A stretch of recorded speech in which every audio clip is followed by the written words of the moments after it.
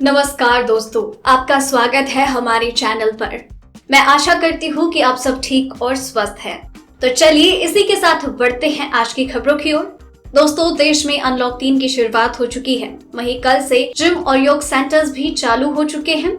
इसी के साथ अब 15 अगस्त से कई और चीजें खुलने जा रही है, जिसकी सटीक जानकारी हम आपको इस वीडियो में देंगे।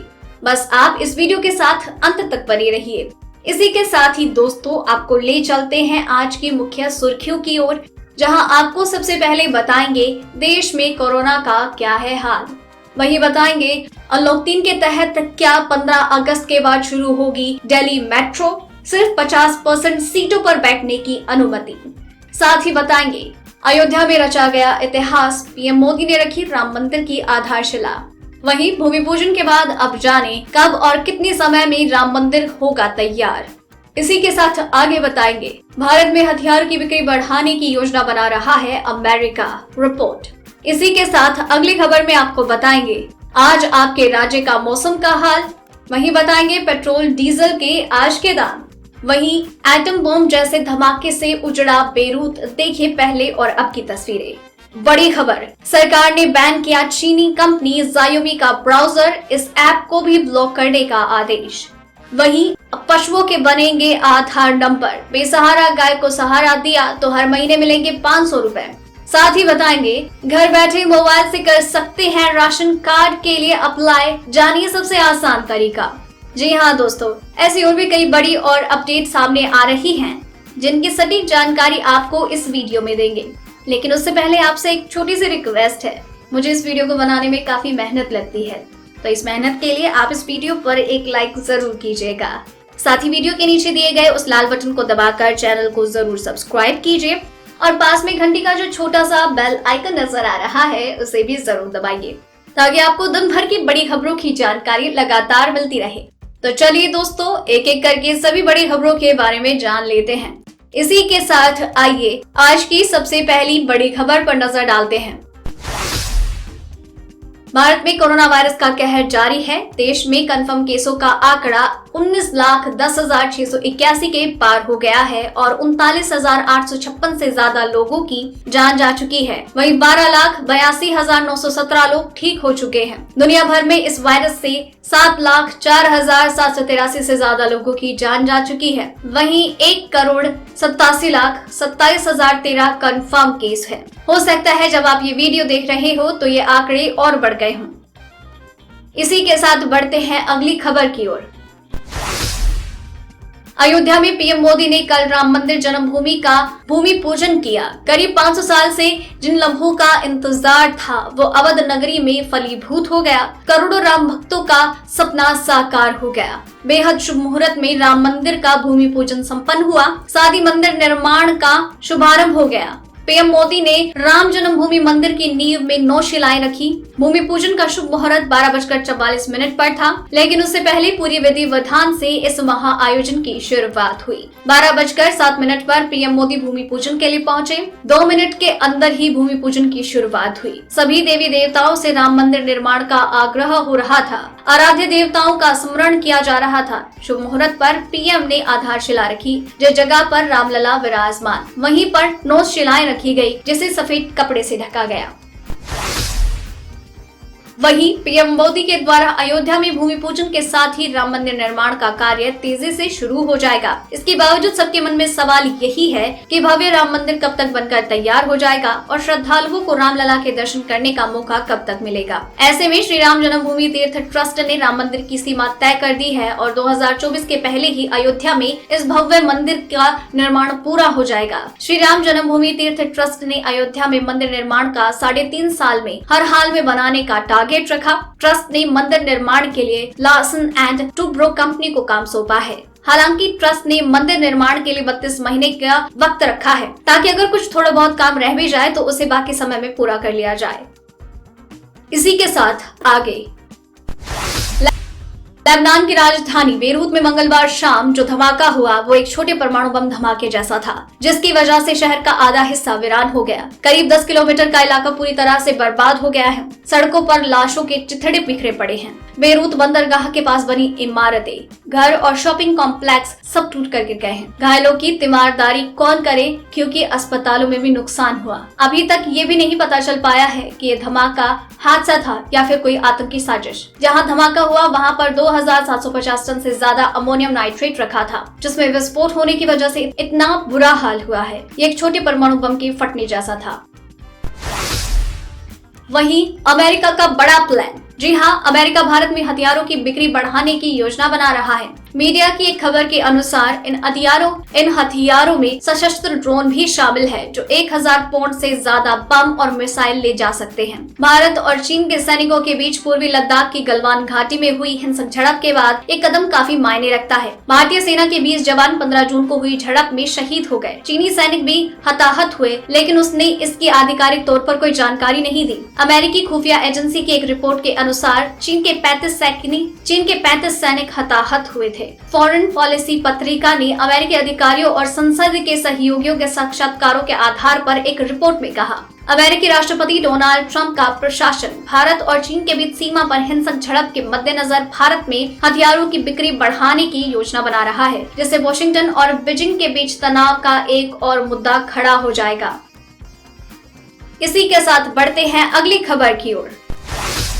सुशांत सिंह राजपूत आत्महत्या मामले में आया नया मोड़। जी हाँ, मामले की जांच सीबीआई को सौंप दी गई है। केंद्र सरकार की तरफ से सॉलिसिटर जनरल तुषार मेहता ने सुप्रीम कोर्ट को बताया कि बिहार सरकार ने सीबीआई जांच की सिफारिश की। केंद्र ने उनकी सिफारिश को मंजूर किया और ये मामला सीबीआई को सौंप दिया है। बता दें कि बुधवार को सुप्रीम कोर्ट ने अभिनेत्री रिया चक्रवर्ती की उस याचिका पर सुनवाई की। सुनवाई के दौरान तुषार ने कहा, अब रिया की सुप्रीम कोर्ट में याचिका का कोई मतलब नहीं। गौरतलब है कि रिया ने सुप्रीम कोर्ट में याचिका दाखिल कर बिहार की जांच को मुंबई ट्रांसफर करने की मांग की। अब बिहार में जांच नहीं हो रही, क्योंकि बिहार ने जांच को सीबीआई के पास भेज दिया। वहीं अनलॉक के पहले और दूसरे चरण के बाद अब तीसरे चरण में काफी राहत दी गई। इसी कड़ी में अब 4 महीने के बाद बंद पड़ी मेट्रो ट्रेन को स्वतंत्रता दिवस के बाद शुरू किया जा सकता है। इसे लेकर अगले हफ्ते कोई निर्णय लिया जाएगा। हालांकि शुरुआत में केवल 50% क्षमता के साथ मेट्रो का परिचालन होगा। इसमें आम लोगों को यात्रा की अनुमति नहीं होगी। ये बात केंद्रीय आवास एवं शहरी विकास मंत्री हरदीप सिंह पुरी ने मीडिया से बातचीत के दौरान कही। एक इंटरव्यू के दौरान उन्होंने कहा, हम अगले 2 हफ्तों में मेट्रो के परिचालन पर कोई फैसला लेंगे। इसको लेकर मानक परिचालन प्रक्रिया एसओपी का पूरा ख्याल रखा जाएगा। दोस्तों, वीडियो में आगे और भी काफी महत्वपूर्ण खबरें बाकी है, इसीलिए इस वीडियो के साथ बनी रहिए। तो चलिए अब बढ़ते हैं अगली खबर की ओर। सरकारी तेल कंपनियों के द्वारा आज पेट्रोल और डीजल की कीमत में कोई बदलाव नहीं किया गया। IOCL की वेबसाइट से मिली जानकारी के अनुसार आज दिल्ली, कोलकाता, मुंबई और चेन्नई में 1 लीटर पेट्रोल की कीमत क्रमशः 80.43, 80.05, 87.19 और 83.63 रुपए प्रति लीटर है और डीजल 73.56, 77.06, 80.11 और 78.86 रुपए। बता दें कि 30 जुलाई को दिल्ली सरकार ने डीजल के दाम में 8.36 रुपए की कटौती की, जिसके बाद डीजल का दाम 73.56 रुपए प्रति लीटर हो गया। चलिए बढ़ते हैं अब अगली खबर की ओर, लेकिन उससे पहले देखिए बिहार और असम बाढ़ की ये ग्राउंड रिपोर्ट। असम में बाढ़ की स्थिति में सुधार जारी है, क्योंकि बाढ़ का पानी लगातार कम हो रहा है। हालांकि 15 जिलों के 1.96 लाख लोग अभी भी बाढ़ से प्रभावित हैं। असम राज्य आपदा प्रबंधन प्राधिकरण ने अपने बुलेटिन में कहा, बाढ़ का पानी बारपेटा और दक्षिण सालमारा जिलों में सोमवार से कम हो रहा है और प्रभावित लोगों की संख्या में 1.93 लाख की कमी आई। रविवार को 19 जिलों में 8.54 लाख लोग बाढ़ से प्रभावित थे। इस वर्ष राज्य में बाढ़ और भूस्खलन में अभी तक 136 लोग अपनी जान गंवा चुके हैं। वहीं बिहार में मंगलवार को बाढ़ से मरने वालों की संख्या 19 हो गई। साथ ही प्रदेश के 16 जिलों में 63,60,424 लोग प्रभावित है। आपदा प्रबंधन विभाग के अनुसार बिहार में अब तक बाढ़ के कारण 19 लोग अपनी जान गंवा चुके हैं। वहीं दिल्ली एनसीआर के आसमान में छाए बादल। बुधवार को कुछ जगहों पर बरसे, लेकिन इसका गर्मी पर या उमस पर कोई असर नहीं हुआ। भारतीय मौसम विज्ञान विभाग के अनुसार शुक्रवार के साथ अगले 2 दिनों तक बादल छाए रह सकते हैं और हल्की बारिश की संभावना है। ऐसी बारिश से गर्मी और उमस में कोई राहत नहीं होगी। स्काईमेट वेदर के अनुसार गुजरात के उत्तर पूर्वी हिस्सों में, जहां अब तक बारिश बहुत कम हुई है, 6 से 8 अगस्त तक मूसलाधार बारिश होगी। मुंबई और मराठवाड़ा सहित गुजरात, दक्षिण और दक्षिण पूर्व राजस्थान और मध्य प्रदेश में हल्की बारिश होगी। इसके अलावा दिल्ली, हरियाणा और पंजाब लगभग सूखा रहेगा। इसी के साथ बढ़ते हैं अगली खबर की ओर।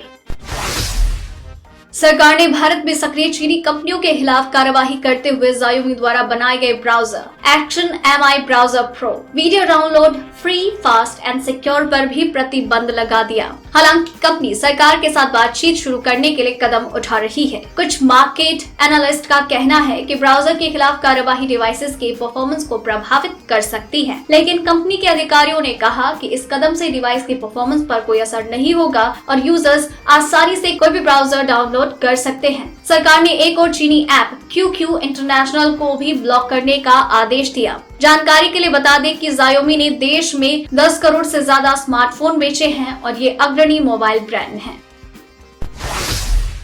वही अब पशुओं के भी बनेंगे आधार कार्ड। जी हाँ, हिमाचल में पशुपालन विभाग की गो सदन, गौशाला और अभ्यारण्य योजनाओं को सहायता और राष्ट्रव्यापी कृत्रिम गर्भाधान कार्यक्रम चरण 2 का शुभारंभ हो गया। इस दौरान सीएम जयराम ठाकुर ने कहा, 1.5 साल के भीतर हिमाचल प्रदेश को देश का बेसहारा पशु मुक्त राज्य बनाने के प्रयास किए जा रहे हैं। पशुपालन विभाग अब घर में पाले जा रहे पशुओं के अलावा बेसहारा घूमने वाले गोवंश की टैगिंग करने जा रहा है। इसके तहत आधार नंबर पर दर्ज पशु का 12 अंक का नंबर जारी होगा। इससे बेसहारा पशु की जीवन मृत्यु का पता चल पाएगा। इसके अलावा बेसहारा पशु के रखरखाव की एवरेज में प्रतिमाह 500 रुपए दिए जाएंगे, जिसमें मवेशियों की संख्या 30 या उससे ज्यादा है।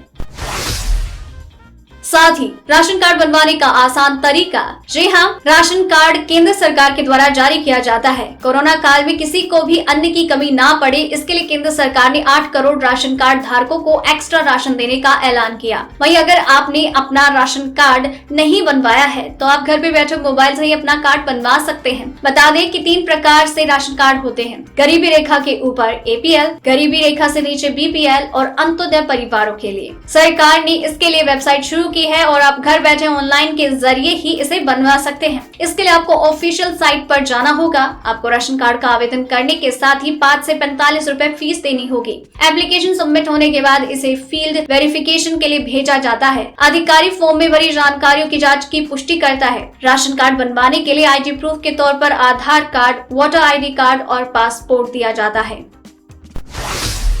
बड़ी खबर, अगर आप बिजली के महंगे बिल से परेशान हैं तो सरकार की योजना आपके लिए बेहतर साबित हो सकती है। इस योजना के तहत 100 यूनिट बिजली तक का बिजली का बिल मात्र 100 रुपए आता है। बता दें कि मध्य प्रदेश सरकार ने इंदिरा गृह ज्योति योजना की शुरुआत की। इस योजना से उपभोक्ताओं और सरकार दोनों को फायदा होगा। इस योजना के तहत जहां लोगों का बिजली का बिल बहुत ही कम आता है, वहीं सरकार को भी बिजली की बचत होती है। मध्य प्रदेश सरकार की इंदिरा गृह ज्योति योजना के तहत 100 यूनिट तक की बिजली खर्च करने वाले परिवार को 100 रुपए ही बिल चुकाना होगा, जबकि 150 यूनिट बिजली खर्च करने पर बिजली का बिल बढ़कर 384 रुपए हो जाएगा। वहीं अगर कोई इससे ज्यादा बिजली यूनिट खर्च करता है तो उसे इस योजना का लाभ नहीं मिलेगा। बता दें कि इस योजना के लाभार्थियों को अलग पीले रंग का बिल आता है। इसी के साथ अगली खबर, भारतीय दूरसंचार विनियामक प्राधिकरण ने भारती एयरटेल और वोडाफोन आइडिया को उनके प्रीमियम प्लान पर जवाब देने के लिए समय 10 अगस्त तक बढ़ा दिया है। ट्राई ने इस संबंध में दोनों कंपनियों से कई नए प्रश्न किए। सूत्रों के अनुसार ट्राई ने कंपनियों से पूछा था कि नेटवर्क व्यस्त होने की स्थिति में अगर किसी गैर प्रीमियम प्लान वाले ग्राहक के इर्द गिर्द कई सारे प्रीमियम प्लान ग्राहक हो तो उस स्थिति में साधारण ग्राहक को कैसे सेवाएं मिलेंगी। ट्राई ने ग्राहकों को 2 श्रेणियों में बांटने वाले दोनों कंपनियों के इन प्लान्स पर इस तरह के करीब 2 दर्जन सवाल पूछे हैं। ट्राई ने 31 जुलाई को दोनों कंपनियों को इन प्रश्नों पर 4 अगस्त तक जवाब देने के लिए कहा, जिस पर वोडाफोन आइडिया ने और समय देने की मांग की। दोस्तों, आज की खबरों में बस इतना ही। अगर आपको भी ये खबरें अपने मोबाइल पर हर दिन यूं ही चाहिए तो इस वीडियो के नीचे दिए गए लाल बटन को दबाकर चैनल को सब्सक्राइब कर लीजिए और साथ ही नीचे दिए गए इस घंटी को भी दबाएं। और अगर आपने ये वीडियो पूरा देखा है तो अपना नाम नीचे कमेंट बॉक्स में जरूर लिखिए। फिर मिलते हैं कल। जय हिंद, धन्यवाद।